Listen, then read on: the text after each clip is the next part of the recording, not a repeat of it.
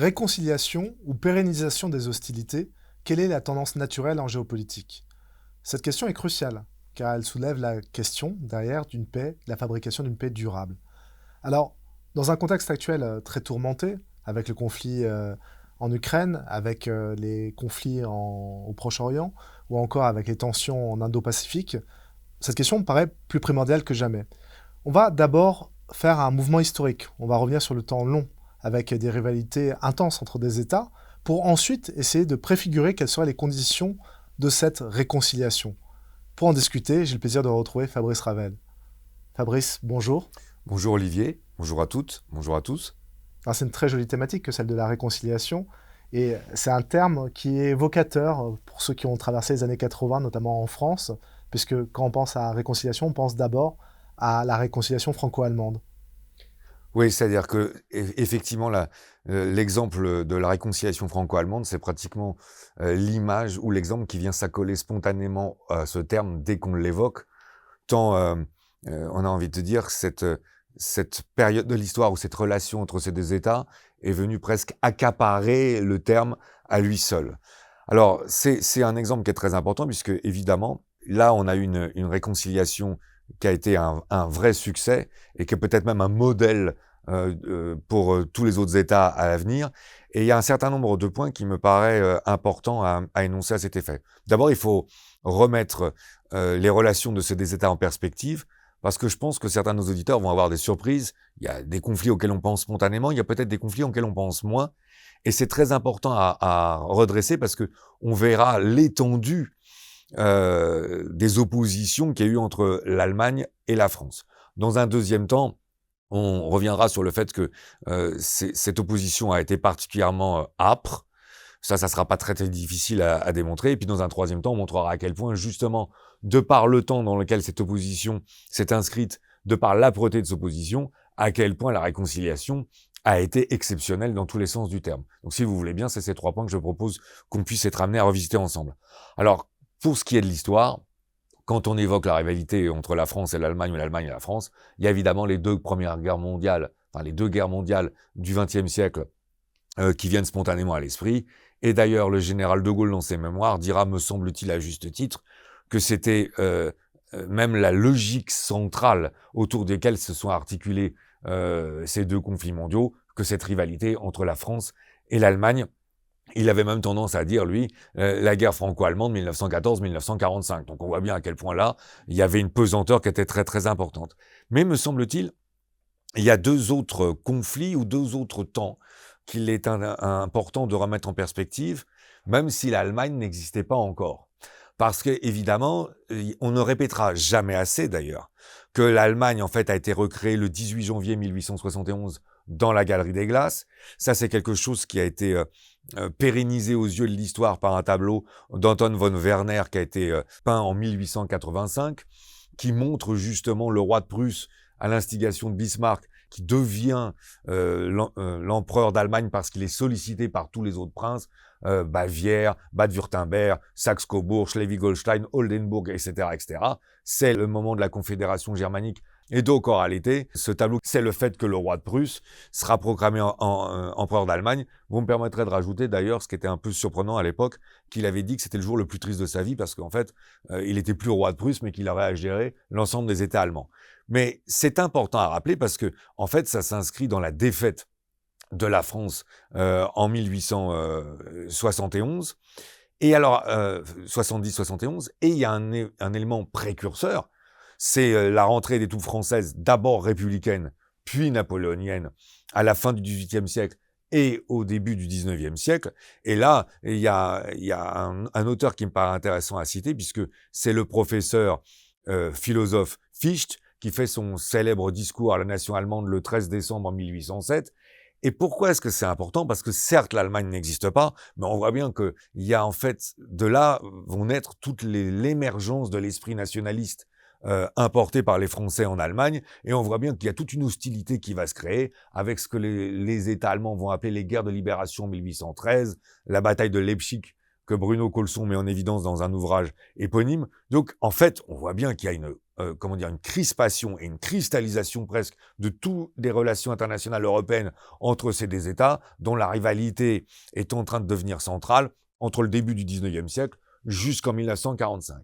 D'ailleurs, pour celles et ceux qui auraient peut-être besoin qu'on illustre davantage nos propos et pour montrer ce qu'on est en train de dire, il faut comprendre l'état des chocs respectifs dans les psychologies des peuples de ces deux États.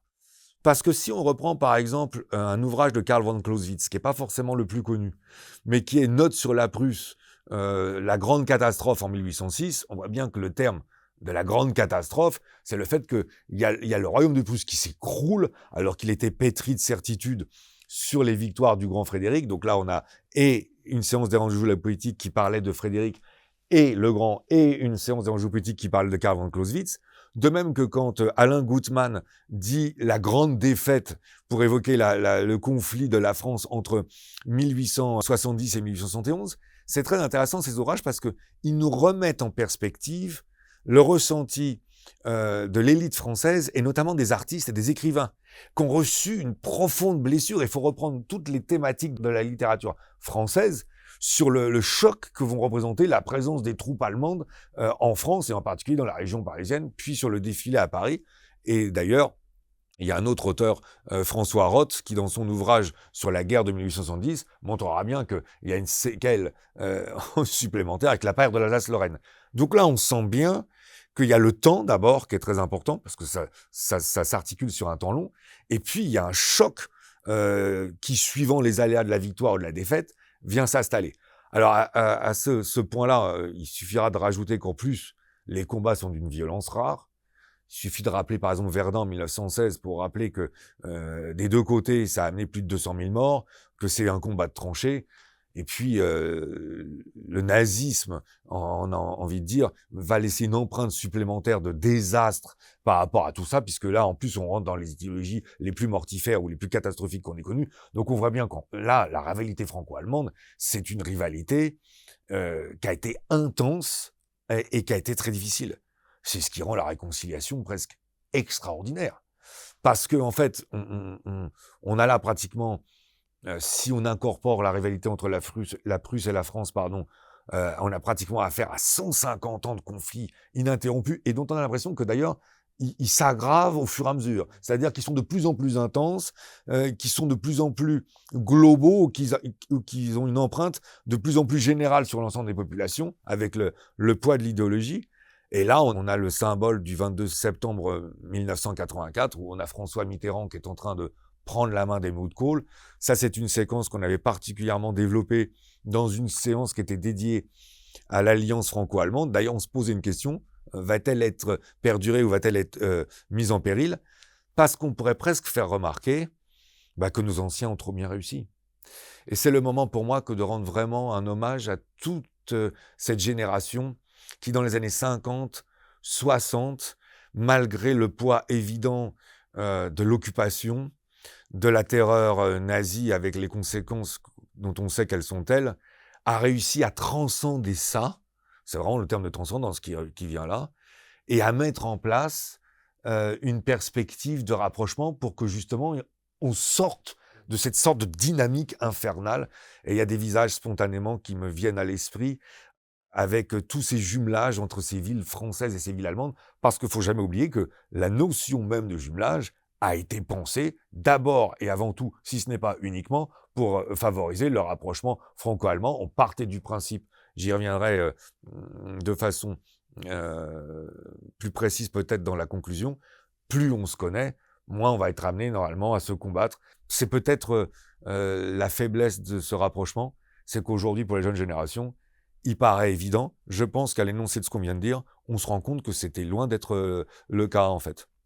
Alors, on l'a vu comment ça s'est installé difficilement dans le détail avec une dimension presque métaphysique de cette construction d'une paix durable entre la France et l'Allemagne. Il y a d'autres rivalités en Europe qui ont été structurantes. Je pense à la rivalité entre la France et l'Angleterre, par exemple, et peut-être une qui est moins connue, celle entre la France et l'Autriche. Oui, alors je vais reprendre successivement ces deux exemples tels que vous nous proposez, qu'on puisse les développer un peu, pour voir comment peut-on étayer la propension naturelle de la géopolitique à voir si on tend plutôt à la réconciliation ou à la pérennisation de l'hostilité. Parce que là, ça va être intéressant à plus d'un titre. Alors, l'exemple britannique, ou le Royaume-Uni, est assez intéressant parce que lui aussi paraît assez oublié aujourd'hui. Pourtant, il suffira de rappeler la guerre de 100 ans, Napoléon, j'ai presque envie de dire, on pourrait se mettre à suivre avec un certain nombre de noms, Jeanne d'Arc, le chevalier du Guesclin, pour qu'on tombe presque dans une sorte de caricature lyrique, et dont on voit bien que là, tout d'un coup, on est en train de faire ressurgir des siècles, alors là, d'hostilité, pour dire clairement les choses. Et c'est vrai qu'aujourd'hui, avec plusieurs vagues, 2 ou 3 vagues successives, notamment 2, une aux alentours des années 1830, c'est les racines ou les prémices de ce qu'on va appeler l'entente cordiale, et puis ensuite, surtout à la première décennie du XXe siècle, malgré l'épisode de Fashoda qui n'était pas totalement simple à gérer entre la Troisième République et la monarchie britannique, on arrive aux alliances de 14 et aux alliances de 39-45. Donc là aussi, on a l'impression qu'on a un événement historique qui nous permet de constater que malgré un temps alors très long et des combats répétés, on arriverait finalement non seulement à une réconciliation d'ailleurs, mais à une alliance. Bon. Ce qui est intéressant avec l'exemple autrichien, d'abord, c'est qu'il est beaucoup moins connu. Or, ça peut valoir discussion avec d'autres collègues historiens ou géopolitologues. Moi, j'ai presque tendance à considérer que on a presque affaire là à l'exemple qui montre l'ennemi historique de la France.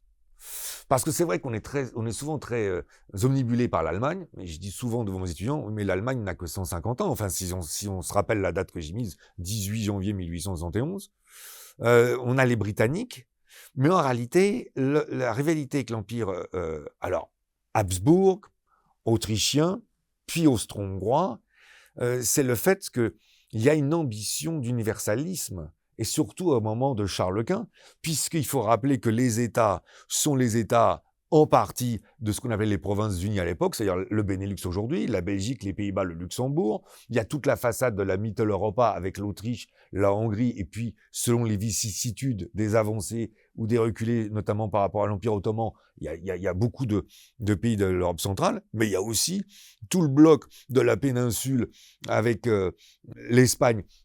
Donc en fait, on voit bien qu'il y a un pays qui est en plein milieu de ce vaste ensemble qui prétend reconduire un empire descendant de Rome ou un empire occidental, c'est la France. Donc il faut rappeler que François Ier n'hésite pas à s'allier avec Soliman le Magnifique pour contrer l'empereur d'Autriche. Et puis surtout, ce qui est assez intéressant dans l'ouvrage de Guillaume Franza, c'est le titre, parce qu'en fait, on a Charles Quint, le rêve brisé de Charles Quint 1525-1545, c'est l'idée de construire un empire universel, et on voit bien que la France et que l'Autriche, et ensuite l'Espagne, vont être constamment en opposition. Et là où on remarque que l'opposition va aller en s'amenuisant, c'est suite au traité de Saint-Germain-en-Laye du 10 septembre 1919. Oui, mais que constate-t-on? C'est que l'Autriche disparaît en tant qu'acteur géopolitique. Donc en fait, cette rivalité s'estompe, et on a l'air d'arriver dans une logique de réconciliation. Je me demande s'il ne s'agirait pas de dire plus une logique d'oubli qu'une logique de réconciliation, parce qu'on a un empire ou une puissance qui disparaît. C'est d'ailleurs l'objet d'une vive critique d'un auteur qui est François Fechtot, puisque quand il disait « requiem pour un empire défunt », on voit bien que dans le terme de requiem, il y a l'idée liturgique de nostalgie ou de regret ou de mort, et d'ailleurs, c'est très clair, il dit « histoire de la destruction de l'empire austro-hongrois », parce qu'on voit bien qu'il fait partie de ceux qui accablent Clémenceau, que d'avoir saisi cette occasion de se débarrasser d'un ennemi héréditaire, certes, mais d'avoir totalement manqué de lucidité sur le fait que ça laissait la place à une dynamique d'un nationalisme allemand en Europe centrale tel qu'il eût été impossible si dans les traités de paix de Versailles et de Saint-Germain-en-Laye, on avait plutôt cherché à maintenir cet empire-là pour justement bloquer l'expansion du nationalisme allemand. C'est d'ailleurs une des logiques principales sur lesquelles j'insistais quand on avait fait cette séance sur l'Empire austro-hongrois, en se demandant s'il ne pouvait pas servir de modèle à l'Europe aujourd'hui, au XXIe siècle. Et là, on voit bien qu'on est sur des logiques d'équilibre dans la géopolitique. Donc, on sent bien à l'énoncé de ces exemples-là, notamment sur ce dernier, que la réconciliation n'est pas aussi évidente ou spontanée, et que parfois, on aboutit à un apaisement, mais pas tant pour des questions de réconciliation, mais que pour des questions d'évanouissement de puissance, ce qui va peut-être nous amener à d'autres exemples sur lesquels on va aller plus loin et sur lesquels on va même se rendre compte que les dynamiques, en réalité, rentrent dans des logiques de contradiction avec la réconciliation. Alors oui, essayons de voir cette pérennisation de l'hostilité qui était l'autre terme de la question. On va y aller de façon graduée. D'abord, essayons de voir peut-être des situations où il n'y a pas d'affrontement direct, mais où il pourrait y avoir des logiques de séparation ou de division. C'est peut-être l'exemple le plus surprenant et peut-être l'exemple auquel on pensera le moins spontanément à l'énoncé de notre thématique, mais c'est la République tchèque et la Slovaquie. Parce que là, alors, l'exemple est sidérant, si vous me permettez ce terme. D'abord, il faut rappeler que la Tchécoslovaquie n'est née que suite justement à l'ensemble des traités de paix qui vont avoir lieu en 1919 et 1920. Donc je les rappelle très brièvement. Le traité de Versailles du 28 juin 1919, le traité de Saint-Germain-en-Laye du 10 septembre 1919, puis le traité du Trianon, faut pas l'oublier, de 1920, et le traité de Sèvres de 1920, même si celui-là concerne beaucoup plus l'Empire ottoman devenu Turquie. Donc en fait, on a créé un État. Et on crée un État, puisqu'avant, c'était plutôt les territoires de Bohême-Moravie qui appartenaient justement à l'Empire autrichien. Donc là, on a une continuité dans notre explication. Mais si on regarde l'histoire de la Tchécoslovaquie, qu'est-on amené à constater et pourquoi cet exemple est-il intéressant, me semble-t-il? D'abord parce que, on va faire remarquer une chose sur laquelle on va revenir très vite, la Tchécoslovaquie disparaît le 1er janvier 1993. Au grand désespoir de Václav Havel, d'ailleurs. Et c'est pas inintéressant puisque c'est lui qui avait porté l'émancipation à l'issue de la guerre froide. Or, en fait, la Tchécoslovaquie est occupée par l'armée allemande avant le début même de la Deuxième Guerre mondiale. Je parle même pas des Sudètes, je parle bien de la Tchécoslovaquie dans sa globalité, suite à l'entrée de l'armée allemande à Prague le 15 mars 1939. Donc on a une Tchécoslovaquie qui va être occupée pendant 6 ans par l'armée allemande, puis après on a une Tchécoslovaquie qui va être occupée par l'armée soviétique pendant 45 ans. Donc ce qu'on remarque, c'est que sur 72 ans d'existence, la Tchécoslovaquie est occupée ou privée de la liberté de choisir un destin pendant 50 ans. Bon.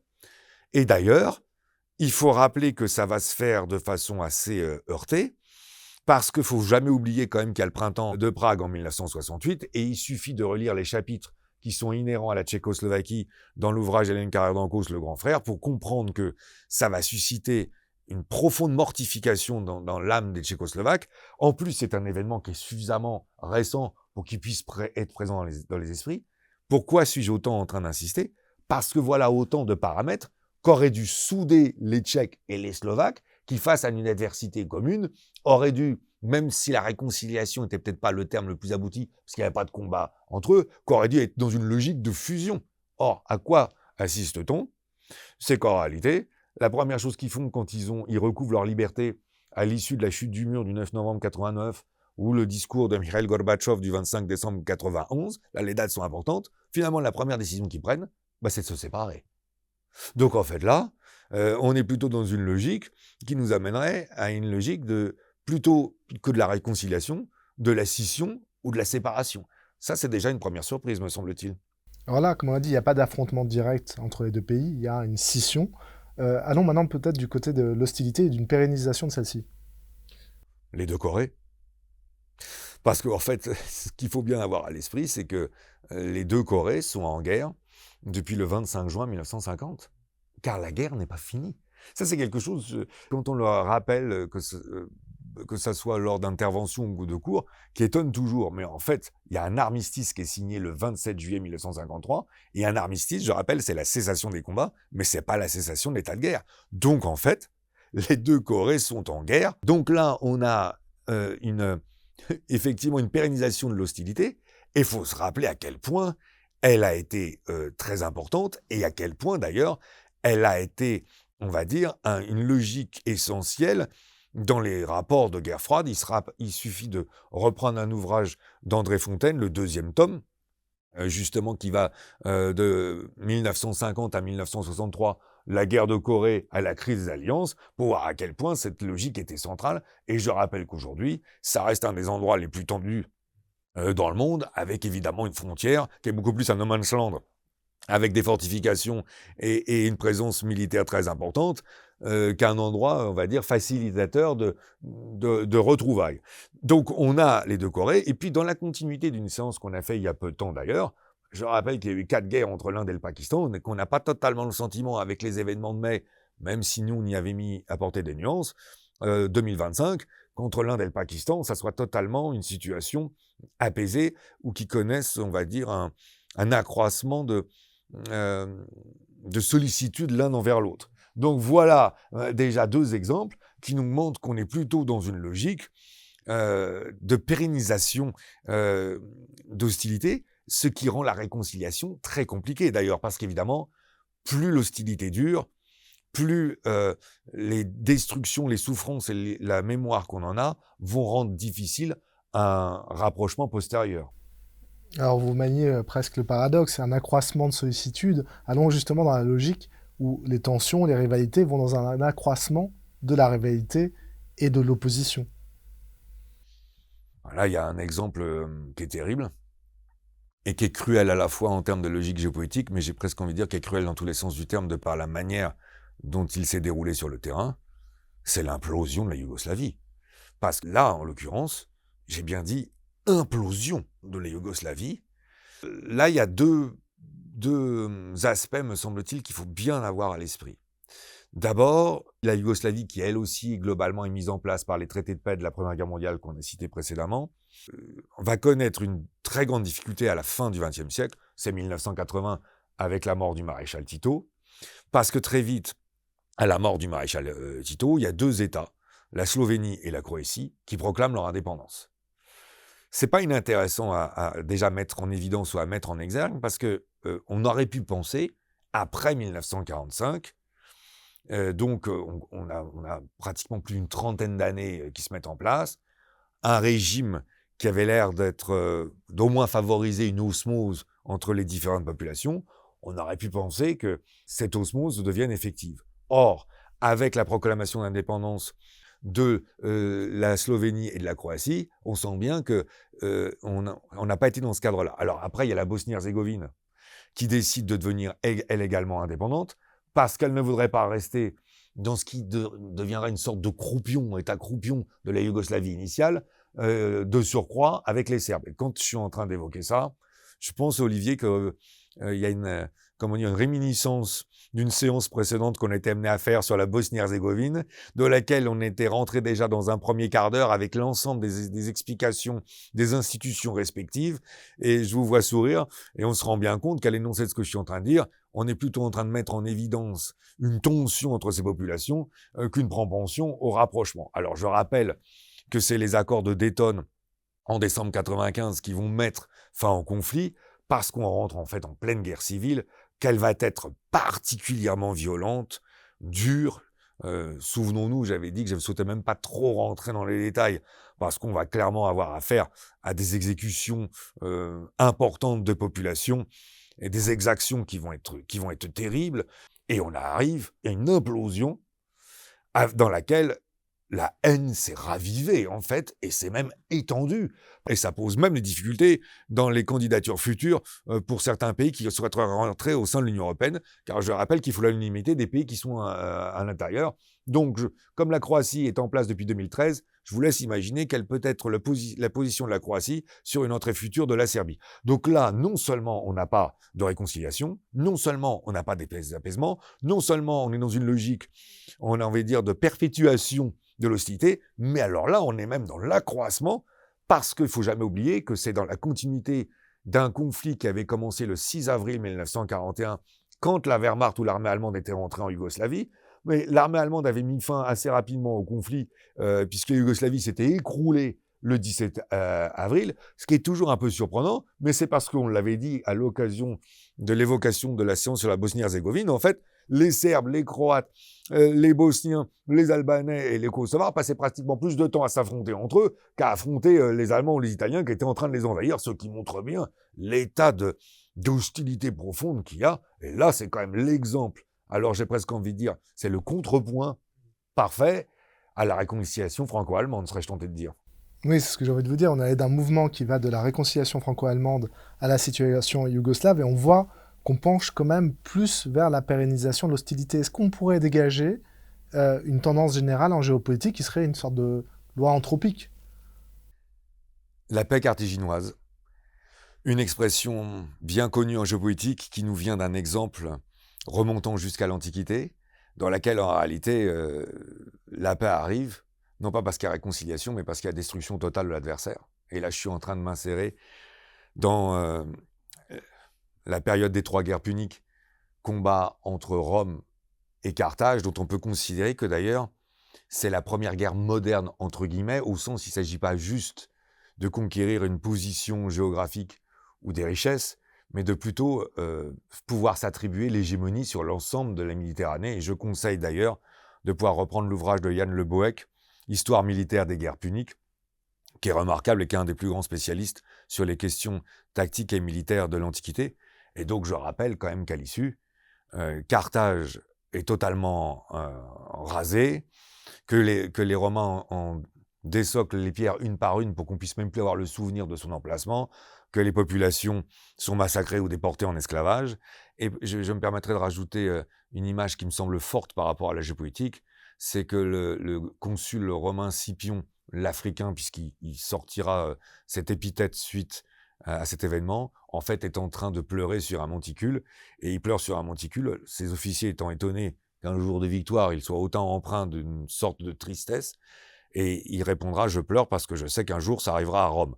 Donc là, en fait, on est en train de souligner que la guerre s'arrête parce qu'il y a l'un des deux belligérants qui s'écroule totalement ou est détruit. Alors ça, c'est évidemment l'issue la plus dramatique, et on dit bien aujourd'hui d'ailleurs qu'il y a une paix carthaginoise quand il y a l'un des deux adversaires qui a été définitivement éradiqué.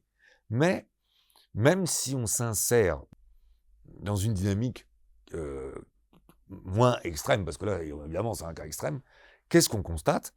Que la plupart du temps, effectivement, on se retrouve dans une situation qu'on a été amené à évoquer par l'intermédiaire d'un de nos exemples précédents, où plus qu'une réconciliation, c'est un apaisement ou on va dire un recul des tensions, parce qu'il y a l'un des deux protagonistes qui, suite à un déclin ou suite à un effacement dans les questions internationales, finalement, ne peut plus jouer un rôle de grande puissance.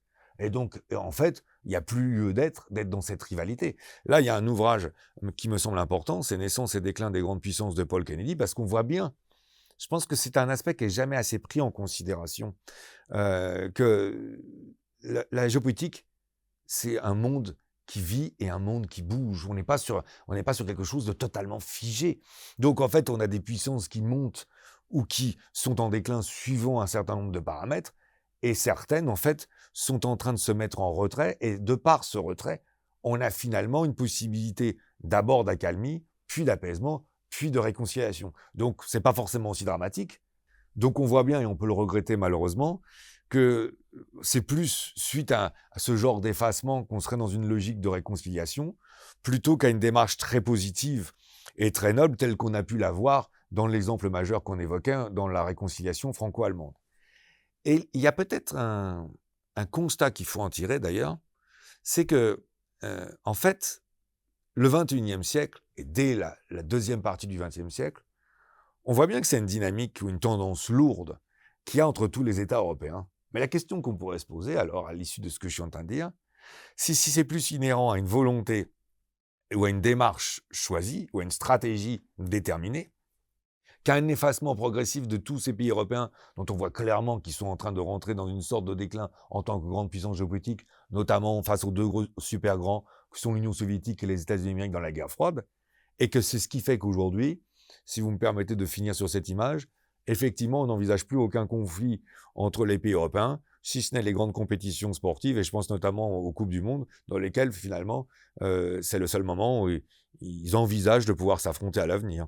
Alors, en dehors de ces rapports de force géopolitiques qui peuvent avoir une influence, bien sûr, sur les conflits, est-ce qu'on peut dégager des conditions à mettre en place pour pérenniser la réconciliation? Il y a 3 conditions qui me paraissent indispensables pour que la réconciliation, telle que vous le dites à juste titre, puisse être envisagée. Et c'est la conjonction et la conjugaison de ces 3 conditions qui vont permettre à la réconciliation d'être possible. Bon, d'abord, il faut disposer d'un temps très long et s'inscrire dans un temps très long.